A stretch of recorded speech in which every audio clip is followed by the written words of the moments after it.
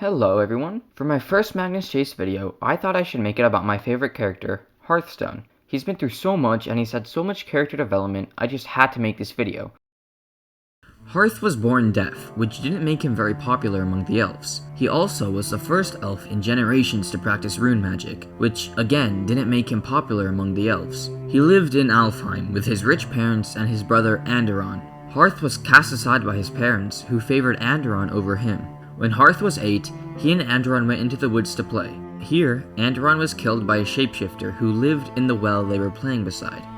Hearth wasn't able to hear his brother calling for help due to his deafness. When Alderman, Hearthstone's evil father, heard Anderon was in trouble, he ran to the well and killed the beast. But it was too late. Anderon was already dead. Alderman was enraged that his favorite son died. He ended up blaming Hearth. As punishment for Anderon's death, which wasn't even Hearth's fault, Alderman made Hearth skin the beast and placed the pelt in Hearth's room.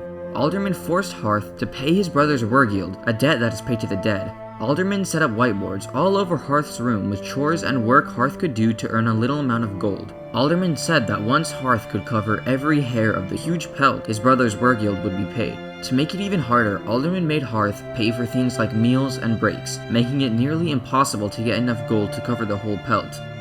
Hearth's life was miserable. He would wake up every day to his father telling him that he should have been the one to die, and not Anderon. Every time he went into his room, he would see the pelt, a reminder of his brother's death. He had to work all day, slowly earning more and more gold coins to pay his brother's Wergild. The only thing Hearth liked to do was practice his rune magic. One day, while practicing his magic, Hearth accidentally landed in Nidavellir, the land of the dwarfs. Since elves need sun to survive and dwarfs need darkness to survive, Hearth could have easily died in the dark lands of Nidavellir. Luckily, he met a dwarf named Blitzen, who saved his life by building him a tanning bed. Hearth and Blitz became great friends, and both eventually ended up at Mimir's well. Hearth and Blitz both drank from the well, putting them under Mimir's service for the next couple years. They were each tasked to watch over Magnus, so they did. Since Magnus was homeless, they also became homeless in order to look after him, Hearth taking the day shift and Blitz taking the night shift.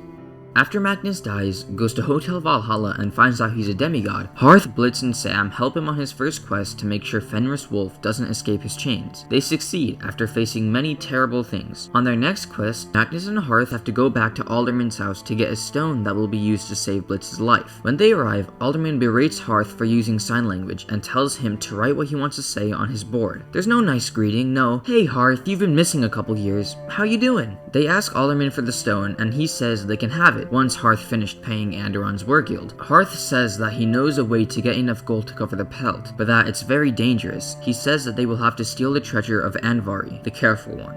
The next morning, Magnus and Hearth go into the woods to find Andvari. Eventually, they find Andvari, who ends up giving them the treasure along with his cursed ring, which will turn anyone who wears it into the absolute worst version of themselves. They go back to Alderman's house and cover the entire pelt with Andvari's fortune. When they call Alderman to inspect the pelt, he notices one hair is still showing. Hearth is forced to bring out the cursed ring and cover the final hair. Hearthstone, despite the way his father treated him, warns Alderman not to wear the ring. Of course, Alderman doesn't listen and takes the ring along with his new fortune. Magnus and Hearth get the stone, save Blitz's life, and escape Alderman's house to continue on their journey. On their final quest, the crew needs to find a whetstone in order to succeed, and they know just the place to find it. Hearth, Blitz, and Magnus go back to Alderman's house, which is now in ruins since the last time they were there. They find Alderman in a cave in the woods, who has been turned into a fire-breathing dragon by Andvari's ring. The three of them scout around Alderman's cave until Alderman finally comes out. They all see the monster he has become, and Hearthstone decides they must kill him. Not because Hearth wants revenge, but because he's actually sad to see his father that way. Hearth summons his brother's spirit to distract Alderman, while Magnus sneaks underneath the dragon preparing to strike. Once Alderman is in position, Magnus lunges, killing Alderman once and for all. Hearth confronts his dying father, telling him that he was sorry and that he never wanted it to come to this. Alderman's final words to Hearth are, "Use your board, traitor." Hearth then turns to Anderon. Wiping his eyes, he tells Anderon, "I don't want to lose you again." "I know.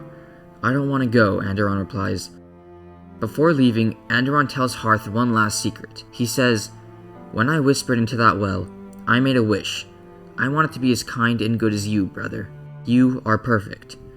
The two embrace one final time before Anderon bursts into white vapor. The Othala runestone, a runestone Hearth had left on the well where Onderon died, falls into Hearth's palm. Hearth studies it for a moment, as if it was something he had never seen before. Then, he pressed it to his forehead and whispered, "Thank you."